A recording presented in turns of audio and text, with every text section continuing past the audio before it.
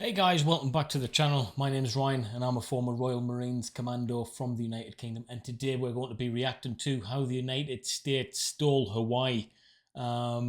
We know pretty much about Hawaii and its history and stuff, especially with World War II and all of that good stuff with Pearl Harbor, yada yada yada, but how the United States stole Hawaii, I'm looking forward to this one, guys. If you are too, please press the like button, subscribe to the channel, and just enjoy the content, really, guys. Okay, if you want to go see the original content, the link will be in the description. Go follow their channel, it's a great channel. All right, let's get into it.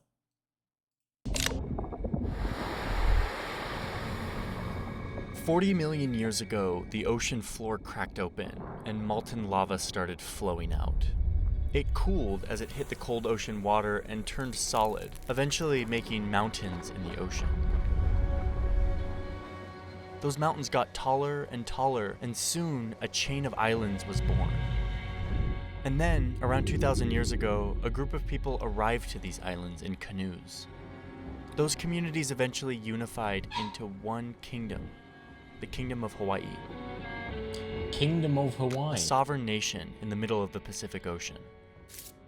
Hawaii became a language, a culture, a national identity. But that sovereignty, that culture, that identity was soon stolen. Captured by a new, bigger country an ocean away. This is the story of these islands. This is going to be really interesting, actually. I like. I've never been to Hawaii, but I'm a fan of like islands and stuff like that. I've been to Mauritius, which I've heard is very similar to Hawaii. But yeah, it's going to be exciting, guys.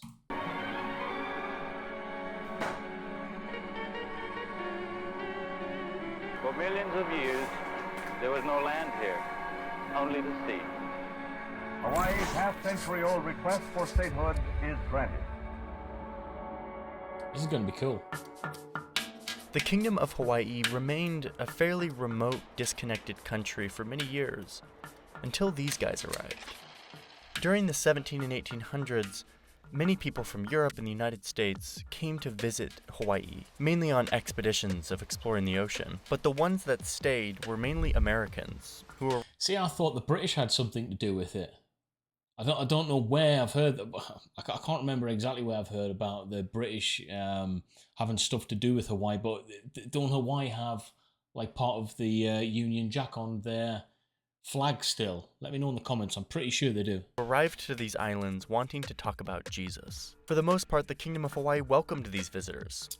One British explorer even gifted the Hawaiian king a British flag, and Hawaii eventually adopted the British flag into their own. Right, I've literally just mentioned that, so that's where it comes from. Own flag. There was general friendship and good relations here. The American missionaries who had settled on the island eventually had kids and grandkids. And soon, these missionaries and their descendants weren't just interested in talking about Jesus. They were also interested in building businesses, mainly focused on sugar. By far the most valuable single product Hawaii can offer in that trade is sugar. With this increased economic interest, these Americans who had originally come to be missionaries were now much more into sugar. And they did what people of European descent have been doing for many centuries, looking at a culture and government that is different than theirs and saying, we think we could do this better. Let us take... You know something? That's one part of history that I hate, is the arrogance of the way we live, thinking that that's one way that everyone should live. It's like, who are we to dictate how people live, you know? And especially the fact that these people have been living on their island, doing their thing for, you know, generations and generations. It's an obnoxiousness that's, I think, I don't want to directly link it to our culture, but it certainly seems that way. And religious ideologies always seem to have a part in that as well. Take it from here. And so during the 1800s, these Americans slowly chipped away at the Hawaiian government structure. They were still newcomers in this ancient island nation. They didn't have much power, but that changed quickly. The Pacific always comes rolling in.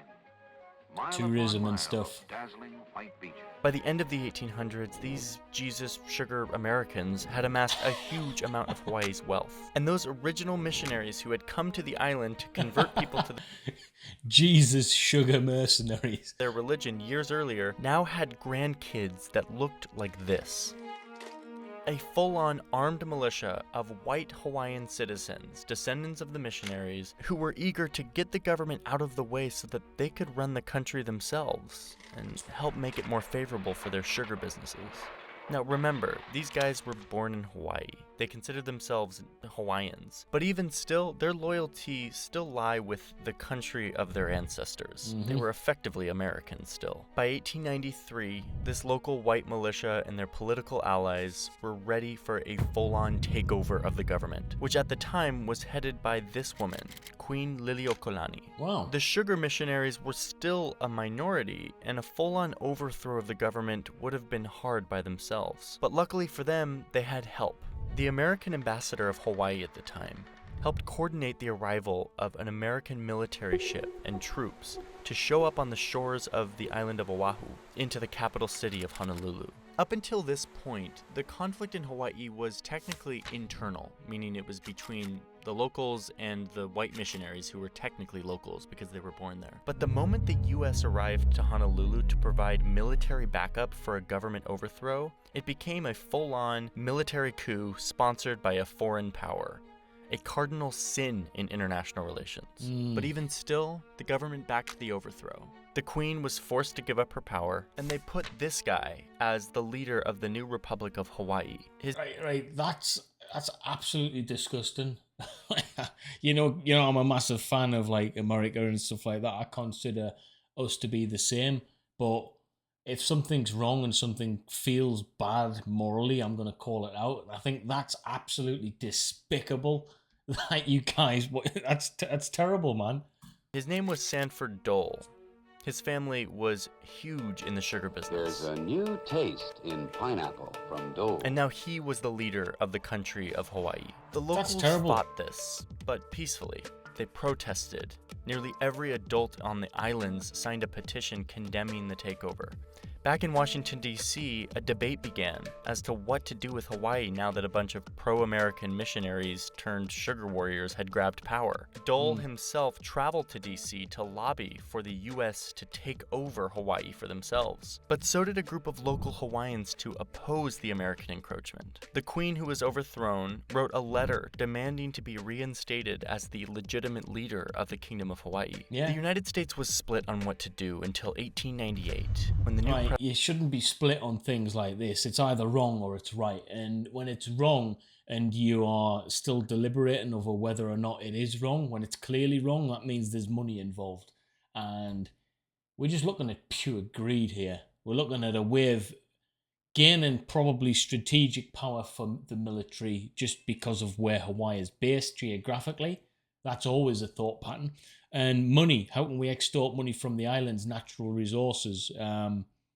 It's the same as what happened with Mauritius and Diego Garcia. Those islands in the Indian Ocean, first and foremost, were strategic points for military capabilities, but they could extort sugarcane from the countries at an unbelievable rate, and that's why the British and the Dutch and the French had a massive influence over there. But we're not the real owners of the country. We're not the real people who should be in power there. President surrounded himself with leaders who kind of loved war and American expansion. And this is what sealed the fate of Hawaii. All of these displays of vehement, peaceful protests by the Hawaiian people were trampled on by a superpower who had bigger guns and an insatiable desire for control. That's just terrible, man. So one summer day in 1898, the U.S. showed up, and the flag of the Kingdom of Hawaii was taken down, and the U.S. flag was raised. Hawaii was now officially a possession of the United States of America. I can't believe that. With the help of these sugar-loving missionaries, these islands had been plucked from their people and put in the hands of a growing superpower. But stealing land is one thing. The real theft is what happened next. At this point, Hawaii was just a U.S. territory, not a state. But even still, the U.S. began a deep, widespread destruction of Hawaiian way of life. The Hawaiian language was banned in schools, and government and businesses were by law required to be conducted in English. The U.S. began... What a horrific time it must have been for the natives there. Their language, their queen, everything's just been took over, overruled, and there's nothing they can do about it because they're a peaceful nation. I mean, we had terror.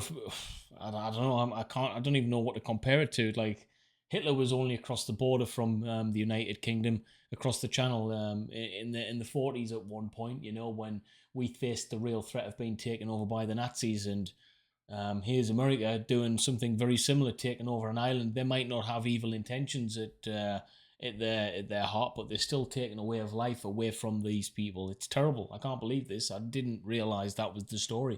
Began I'm developing land, often on sacred sites, and the history itself was censored to make it seem as if the Hawaiian people welcomed the US without a fight. Much of the real history became inaccessible because it was only documented in the Hawaiian language, which was beginning to die. And then in 1959, Hawaii became the 50th state of the Union and quickly became the place we know today.